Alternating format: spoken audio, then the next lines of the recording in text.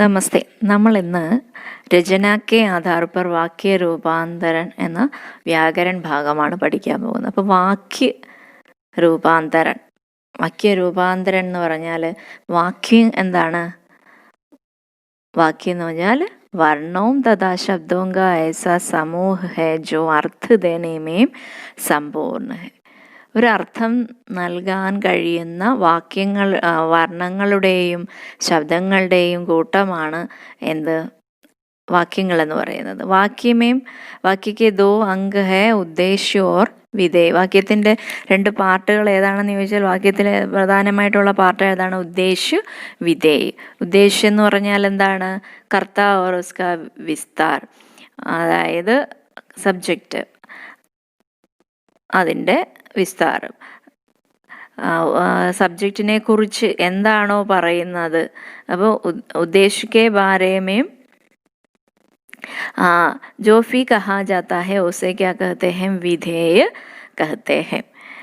അപ്പോൾ ഒരു ഉദാഹരണം പറയുകയാണെങ്കിൽ വീരോംനെ ബലിദാൻ ദേക്കർ ദേശ് കി ആസാദ് കർവായ എന്നൊരു സെൻറ്റൻസ് തന്നാൽ അപ്പോൾ അതിലെ ഉദ്ദേശം ഏതാണ്? വീരോംനെ അല്ലേ?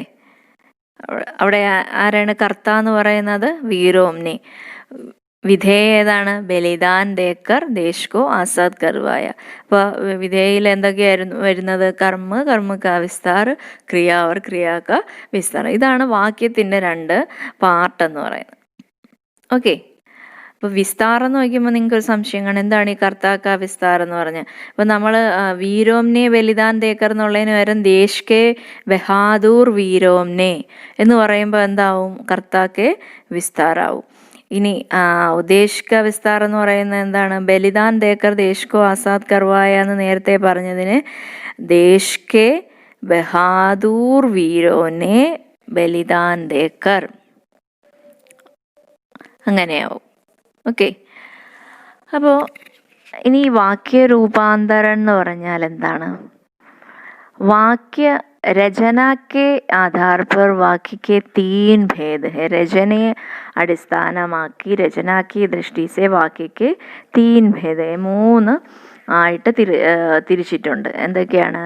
സരൾ വാക്യ അല്ലെങ്കിൽ സാധാരണ വാക്യ, ഇംഗ്ലീഷിൽ എന്ത് പറയും? Simple sentence.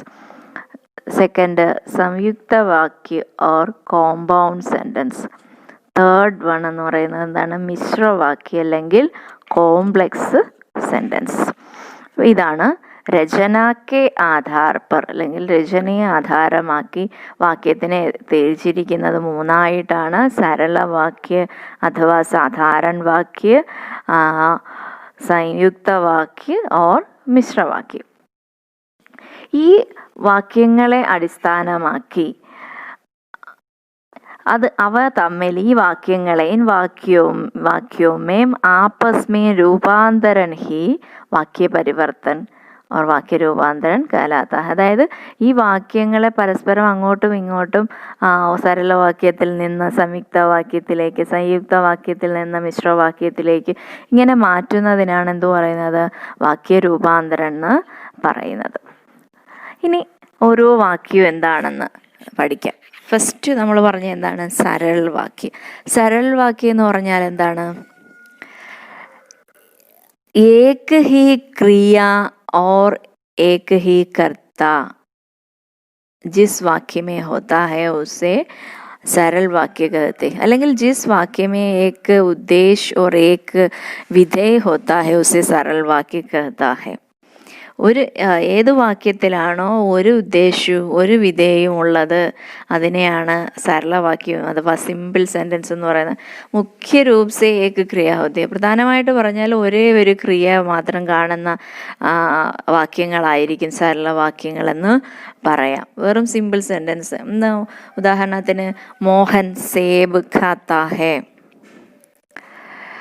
ഷീല ബാസാർ ജാത്തി ഹേ, വഹ് മുംബൈ മേ രഹ്താ ഹേ. ഇതെല്ലാം എന്താണ്? സരളവാക്യത്തിന് ഉദാഹരണമാണ്. അപ്പോൾ അതിൽ ഒരു സബ്ജക്റ്റ് കാണും, ഒരു കർമ്മോ ക്രിയ ഇവ മാത്രം കാണുന്ന സാധാരണ സെൻറ്റൻസ് ആണ് എന്ത് സരളവാക്യം എന്ന് പറയുന്നത്. ഓക്കെ, ഇനി സംയുക്തവാക്യം എന്ന് പറഞ്ഞാൽ എന്താണ്? जिन वाक्यों में दो या दो से अधिक सरल वाक्य योजकों द्वारा जुड़े रहते हैं परंतु अपनी अपनी जगह पर वह स्वतंत्र रहते हैं, उन्हें क्या कहते हैं? संयुक्त वाक्य कहते हैं. അപ്പോൾ ഏത് വാക്യത്തിലാണോ ഒന്നിലധികം സരളവാക്യങ്ങളെ യോജകങ്ങൾ കൊണ്ട് ചേർത്തിരിക്കുന്നത് അവയെ, അതുപോലെ തന്നെ ആ സരളവാക്യങ്ങൾ എന്ന് പറയുന്നത് എന്തായിരിക്കും? ഓരോന്നും സ്വതന്ത്രങ്ങളായിട്ടുള്ള വാക്യങ്ങളായിരിക്കും. അങ്ങനെയുള്ള വാക്യങ്ങളെയാണ് എന്ത് പറയുന്നത്? സംയുക്ത വാക്യം എന്ന് പറയുന്നത്. അതായത് യോജകം എന്താണ്? യോജകങ്ങൾ കൊണ്ട് ചേർത്തിരിക്കുക എന്ന് പറയുന്ന യോജകന് ഉദാഹരണങ്ങളാണ് ഓർ, ഏവം, തഥാ, യാ, അഥവാ, ഇസ്ലിയെ, അതഹ, കിന്തു, പരന്തു, ലേക്കിൻ, പർ. അങ്ങനെയുള്ള യോജകങ്ങൾ ചേർത്ത് രണ്ട് സരളവാക്യങ്ങളെ അല്ലെങ്കിൽ ഒന്നിലധികം സരളവാക്യങ്ങളെ ചേർത്തെഴുതുന്നതാണ് സംയുക്തവാക്യം എന്ന് പറയുന്നത്. ഉദാഹരണം പറയുകയാണെങ്കിൽ സംയുക്തവാക്യ അതിനൊരു ഉദാഹരണം പറയാൻ പറഞ്ഞാൽ എന്തു പറയും? ബാരിഷ് ഹോ രഹി ഹെ ഓർ ബच्चे ഉസ്മേ ഭീഗ് രഹേ ഹെ. ഇവിടെ രണ്ട് സെൻറ്റൻസ് ഉണ്ട്. ബാരിഷ് ഹോ രഹി ഹെ, ബच्चे ബാരിഷ് മേ ഭീഗ് രഹേ ഹെ. ഈ രണ്ട് സെൻറ്റൻസിനെ യോജകം കൊണ്ട് ചേർത്തു. എങ്ങനെയാണ്? ബാരിഷ് ഹോ രഹി ഹെ ഓർ ബच्चे ഉസ്മേ ഭീഗ് രഹേ ഹെ. ഓക്കെ, ഇതിൽ രണ്ട് സെൻറ്റൻസ്, സ്വതന്ത്രമായ രണ്ട് സെൻറ്റൻസ് ഉണ്ട്. ബാരിഷ് ഹോ രഹി ഹെ, ബच्चे ഉസ്മേ ഭീഗ് രഹേ ഹെ.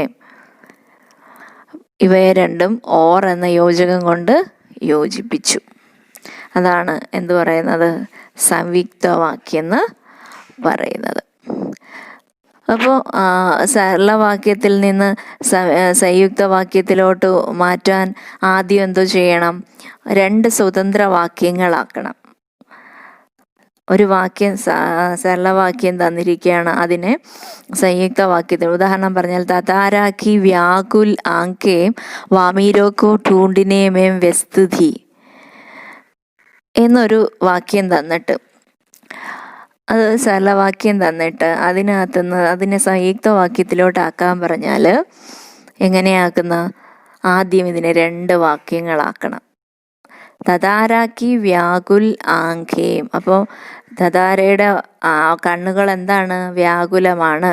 അപ്പോൾ തതാരാക്കി ആങ്കേം വ്യാകുൽ ധി, തതാരാക്കി വ്യാകുൽ ആങ്കേം. അപ്പോൾ എങ്ങനെയാക്കണം? തതാരാക്കി ആങ്കേം വ്യാകുൽ ധി. പിന്നെ ഒരു സെൻറ്റൻസ് എന്തുവാണ്? വാമീരോക്കോ ഠൂണ്ടിനേമേം വ്യസ്തുതി. ഇനി ഇതിനെ എന്ത് ചെയ്യണം? ഒരു യോജകം കൊണ്ട് യോജിപ്പിക്കണം.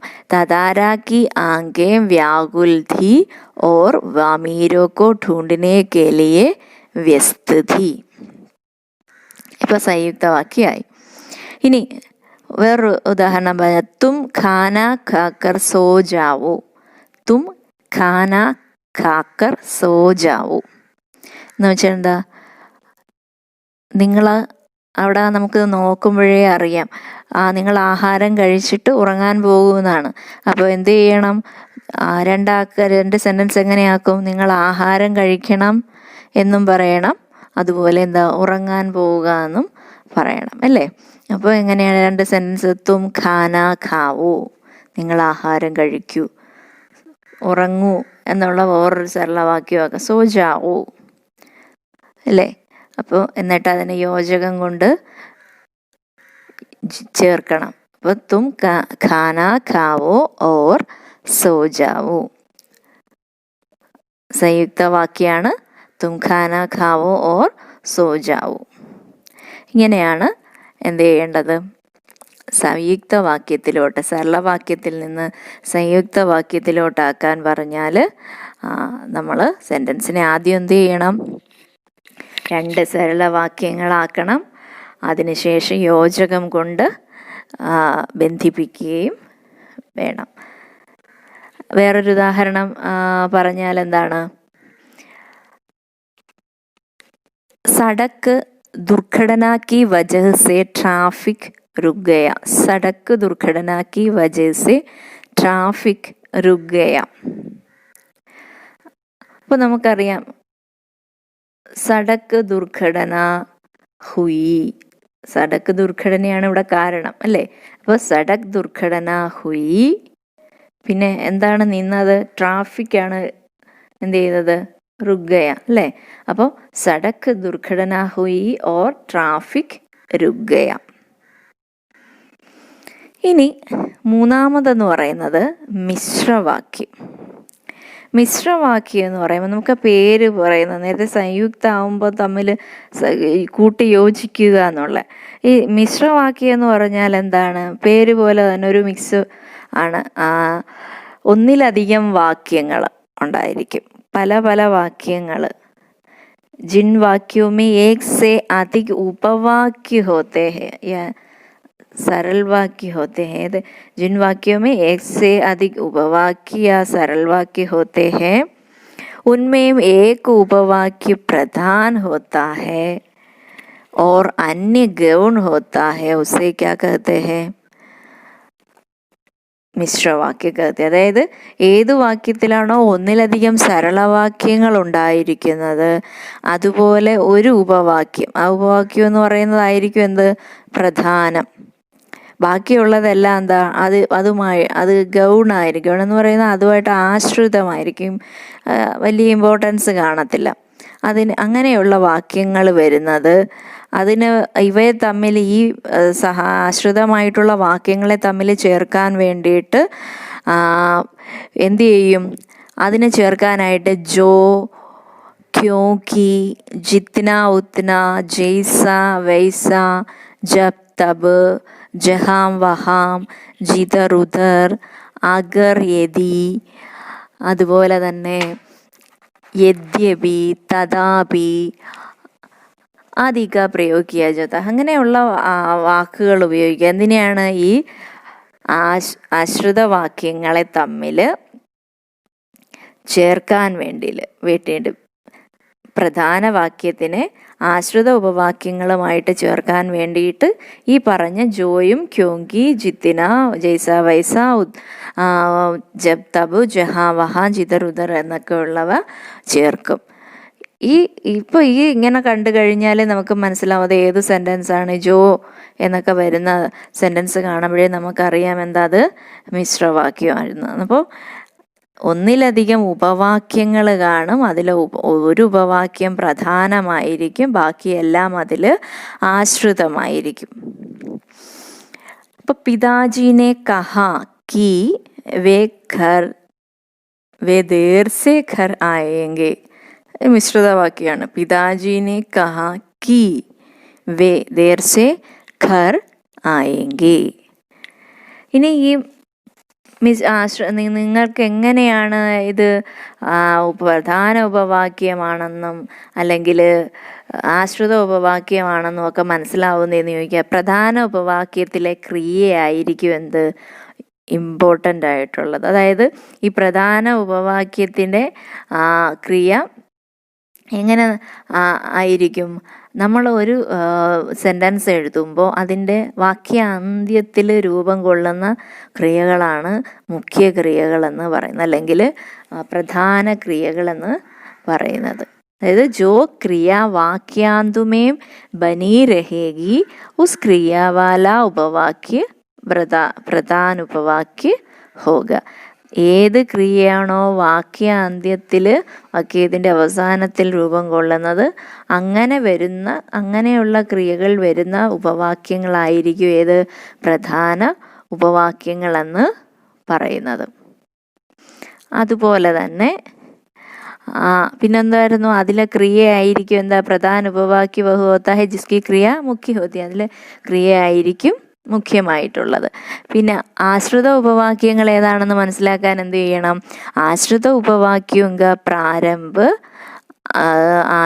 പ്രായഃ की, जो, ജിസെ, യദി, ക്യോങ്കി ആദി സെ ഹോത്ത ഹെ. ആശ്രിത ഉപവാക്യങ്ങൾ ആരംഭിക്കുന്നത് പൊതുവെ ഏതൊക്കെ എങ്ങനെയായിരിക്കും, എന്തിലായിരിക്കും തുടങ്ങുന്നത്? ചിലപ്പോൾ കീ, എന്തുകൊണ്ടെന്നാൽ, എന്തെന്നാൽ എന്നുള്ള കീ ഉണ്ടല്ലോ ലെഫ്റ്റ് സൈഡിൽ ഈടെ മാത്രം വരുന്നത്. പിന്നെ ജോ, ജിസെ, ഇങ്ങനെയുള്ളവ കൊണ്ട് ക്യോങ്കി, ഇതൊക്കെ യിലായിരിക്കും ഈ ആശ്രിത ഉപവാക്യങ്ങൾ എന്ത് ചെയ്യുന്നത്, ആരംഭിക്കുന്നത്. ഓക്കെ, ഒരു ഉദാഹരണം. അജയനെ വഹ് ഘർ ഖരീദ. അജയ് ഒരു വീട് വാങ്ങിച്ചു. ആ വീട് ആരുടേതായിരുന്നു?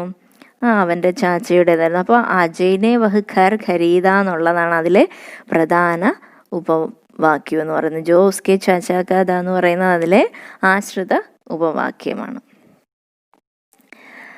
പിന്നീടുള്ള ഉദാഹരണങ്ങൾ മിശ്രവാക്യത്തിന്, യദി ഇസ് ബാർ വർഷ ന ഹുയി തോ സാരി ഫസൽ നഷ്ട് ഹോ ജായേഗി. നമ്മൾ നേരത്തെ പറഞ്ഞു ആശ്രിത ഉപവാക്യങ്ങൾ യദി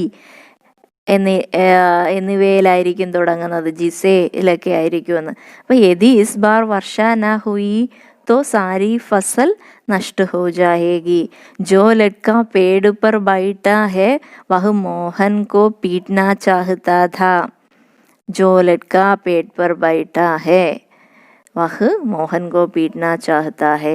लोग कहते हैं कि വ്യായാം करने से शरीर स्वस्थ होता है. ഇതൊക്കെയാണ് മിശ്രവാക്യത്തിന് ഉദാഹരണം എന്ന് പറയുന്നത്. ഓക്കെ, ഒരു ക്വസ്റ്റ്യൻ, പരീക്ഷ സമാപ്ത് ഹുയി ഓർ ബച്ചെ ഘർ ചലേ ഗേ. അപ്പോൾ ഇത് കേൾക്കുമ്പോൾ നമുക്കറിയാം ഇതെന്താണ്, ഓർ വരുന്നു, സംയുക്തവാക്യമാണ് അല്ലേ. രണ്ട് സെൻറ്റൻസുകളെ തമ്മിൽ, സരളവാക്യങ്ങളെ തമ്മിൽ യോജകങ്ങൾ കൊണ്ട് ചേർത്തിരിക്കുന്നു. അപ്പോൾ ഇത് സംയുക്തവാക്യമാണ്. ഇതിനെ മിശ്രവാക്യത്തിലോട്ട് പരിവർത്തനം ചെയ്യാൻ, അങ്ങനെ ആയിരിക്കാം എക്സാമിന് ചിലപ്പം ചോദിക്കുക. അപ്പോൾ എങ്ങനെ എഴുതും? ജബ് പരീക്ഷ സമാപ്ത് ഹുയി തബ് ബച്ചെ ഘർ ചലേ ഗേ. ജബ് പരീക്ഷ സമാപ്ത് ഹുയി തബ് ബച്ചെ ഘർ ചലേ ഗേ. പിന്നീട് फूक से बच्चा रोने लगा और माँ ने उसे गोद में ले लिया. അപ്പോൾ फूक से बच्चा रोने लगा और माँ ने उसे गोद में ले लिया. വീണ്ടും അതേപോലൊരു സെൻറ്റൻസ് ആണ് ക്വസ്റ്റ്യൻ. അപ്പോൾ എങ്ങനെയാണ് ആൻസർ? क्योंकि बच्चे फूक से रो रहा था इसलिए माँ ने उसे गोद में ले लिया. क्योंकि बच्चा फूक से रो रहा था इसलिए माँ ने उसे गोद में ले लिया. ഇങ്ങനെയാണ് മിശ്രവാക്യത്തിലോട്ട് എഴുതുന്നത്. അപ്പോൾ ആദ്യം തൊട്ട് പറയാം എന്തൊക്കെയാണ് നമ്മൾ പഠിച്ചത്. സരളവാക്യം അല്ലെങ്കിൽ സാധാരണ വാക്യം എന്ന് പറഞ്ഞാൽ എന്താണ്? അതിലൊരു ഉദ്ദേശ്യവും ഒരു വിധേയവും മാത്രമേ കാണുകയുള്ളൂ. സിമ്പിൾ സെൻറ്റൻസ് ആണ്. അതേസമയം സംയുക്തവാക്യത്തിലോട്ട് വരികയാണെങ്കിൽ സംയുക്തവാക്യം എന്ന് പറഞ്ഞാൽ എന്താണ്? ഒന്നിലധികം സരളവാക്യങ്ങളെ യോജകങ്ങൾ കൊണ്ട്, യോജകങ്ങൾ എന്ന് വെച്ചാൽ ഏതാണ്? ഏവം, തഥാ, അഥവാ, ഓർ, പിന്നെ പരന്തു, ലേക്കിൻ, പാർ എന്നുള്ള യോജകങ്ങൾ കൊണ്ട് ചേർത്തിരിക്കുകയും ചെയ്യുന്നതാണ്. അതുപോലെ തന്നെ ഈ വാക്യങ്ങൾ, ഒന്നിലധികം സരളവാക്യങ്ങൾ എന്ന് പറയുന്നത് അത് സ്വതന്ത്രമായ വാക്യങ്ങളും ആയിരിക്കും. അതുപോലെ തന്നെ മിശ്രവാക്യങ്ങൾ എന്ന് പറയുമ്പം ഒരു ഉപവാക്യം പ്രധാനവും ബാക്കിയുള്ളതെല്ലാം അതിൽ ആശ്രിതമായിട്ടുള്ള ഉപവാക്യങ്ങളായിരിക്കും. ഈ മിശ്രവാക്യങ്ങളിലെ പ്രധാന ഉപവാക്യത്തെ ആശ്രിത ഉപവാക്യവുമായി ചേർക്കുന്നതിന് വേണ്ടി ജോഡ്നെ കേലിയെ പസ്മയും പരസ്പരം എന്തൊക്കെ ചേർക്കും? കി, ജോ, ക്യോं की, जितना उतना, जैसा वैसा, जब तब, जहाം, വഹാം, ജിതർ, ഉദർ, അഗർ, യദി, അതുപോലെ തന്നെ യദ്യപി, തോ, തഥാപി, അധിക പ്രയോഗിക്കുക, അങ്ങനെയുള്ളവയെല്ലാം ഉപയോഗിക്കും. ഇതാണ് നമ്മൾ എന്താണ് പൊതുവിൽ സരൾവാക്യ, സംയുക്തവാക്യം, മിശ്രവാക്യം എന്നുള്ളതിനെ കുറിച്ച് പറയാനുള്ളത്. അപ്പോൾ ഇതിന് കുറച്ച് എക്സാമ്പിൾ കൂടെ നമുക്ക് പഠിക്കാം. അതായത് ഒരു വാക്യം തന്നിട്ട് അതിൽ സരളവാക്യത്തിലോട്ട്, സംയുക്ത വാക്യത്തിലോട്ട്, മിശ്രവാക്യത്തിലോട്ട് എങ്ങനെയാക്കാമെന്ന് നമുക്ക് പഠിക്കാം. നേതാജി സഭാമേം ആയേ, ഫാഷൻ ശുരു ഹോ ഗയ. ഇങ്ങനെ 2 സെൻറ്റൻസ്. നേതാജി സഭാമേ ആയേ, ഫാഷൻ ശുരു ഹോ ഗയ. അപ്പോൾ ഇതിനെ സരളവാക്യത്തിലോട്ടാക്കണമെങ്കിൽ നേതാജിക്ക് സഭാമേം ആത്തേ ഹി ഫാഷൻ ശുരു ഹോ ഗയ. സരളവാക്യത്തിലോട്ട് എങ്ങനെയാക്കുന്നത്? ഈ 2 വാക്യങ്ങളെ ഒറ്റ വാക്യമാക്കണം അല്ലേ? അപ്പോൾ അതിലൊരു ഉദ്ദേശ്യവും വിധേയവും പ്രധാനപ്പെട്ട ഒന്ന് കാണാവൂ അല്ലേ? നേതാജിയെ കുറിച്ചാണ് പറയുന്നത് അല്ലേ? നേതാജിക്ക് സഭാമേ ആത്തേ ഹി ഭാഷൻ ശുരു ഹോ ഗയി. ഇതാണ് സരളവാക്യം. സംയുക്ത വാക്യത്തിലോട്ടാക്കുമ്പോഴോ നേതാജി സഭാമേ ആയേ, നേരത്തെ ക്വസ്റ്റ്യനിൽ തന്ന പോലെ തന്നെ 2 സ്വതന്ത്ര സെൻറ്റൻസ് ആണ് ആ ക്വസ്റ്റ്യൻ. അപ്പോൾ അതിൻ്റെ കൂടെ എന്തും കൂടെ ചേർത്താൽ മതി, ഓർ കൂടെ ചേർത്താൽ മതി. നേതാജി സഭാമേ ആയേ ഓർ ഫാഷൻ ശുരു ഹോ ഗയ. മിശ്രവാക്യാണെങ്കിലോ ജയ്സേ ഹി നേതാജി സഭാമേ ആയേ വൈസേ ഹി ഫാഷൻ ശുരു ഹോ ഗയ. ജയ്സേ ഹി നേതാജി സഭാമേ ആയേ വൈസേ ഹി ഫാഷൻ ശുരു ഹോ ഗയ. രണ്ടാമത്തെ വേറൊരു ക്വസ്റ്റ്യൻ പറഞ്ഞാൽ പരീക്ഷ സമാപ്ത് ഹുയി ബച്ചേ ഘർ ചലേ ഗയേ. ഈ 2 സെൻറ്റൻസിനെ സരളവാക്യത്തിലോട്ടാക്കുമ്പോൾ എന്താ? പരീക്ഷ സമാപ്ത് ഹുയി ബച്ചേ ഘർ ചലേ, അതായത് പരീക്ഷ തീർന്നു, കുട്ടികൾ വീട്ടിൽ പോയി. അപ്പോൾ എങ്ങനെയാണ് സരളവാക്യത്തിലോട്ടാക്കുന്നത്? പരീക്ഷ സമാപ്ത് ഹോത്തേ ഹി ബച്ചേ ഘർ ചലേ ഗയേ. സിമ്പിളായിട്ട് ഒറ്റ സെൻറ്റൻസ് ആക്കി. അത് സംയുക്ത വാക്യത്തിലോട്ടാക്കുമ്പോൾ പരീക്ഷ സമാപ്ത് ഹുയി ഓർ ബച്ചേ ഘർ ചലേ ഗയേ. മിശ്രവാക്യാവുമ്പോഴോ ജബ് പരീക്ഷ സമാപ്ത് ഹുയി തബ് ബച്ചേ ഘർ ചലേ ഗയേ. ഇനി വേറൊരു ഉദാഹരണം പറഞ്ഞാൽ ഫിലിം ബഹുത്ത് അച്ഛീ ഥി ഉസ്കെ ഗാനെ ബഹുത്ത് മധുര ഥേ. ഈ 2 സെൻറ്റൻസുകളെ സംയുക്ത വാക്യത്തിലോട്ടൊക്കെ ആക്കുന്നത് എങ്ങനെയാണ്? മധുർ ഗാനെ വാലി ഫിലിം ബഹുത്ത് അച്ഛേ ഥി. അതാണ്, ഫിലിം വളരെ നല്ലതാണ്, അതിലെ ഗാനങ്ങളും മധുരമാണ്. അപ്പോൾ എങ്ങനെയാക്കണം?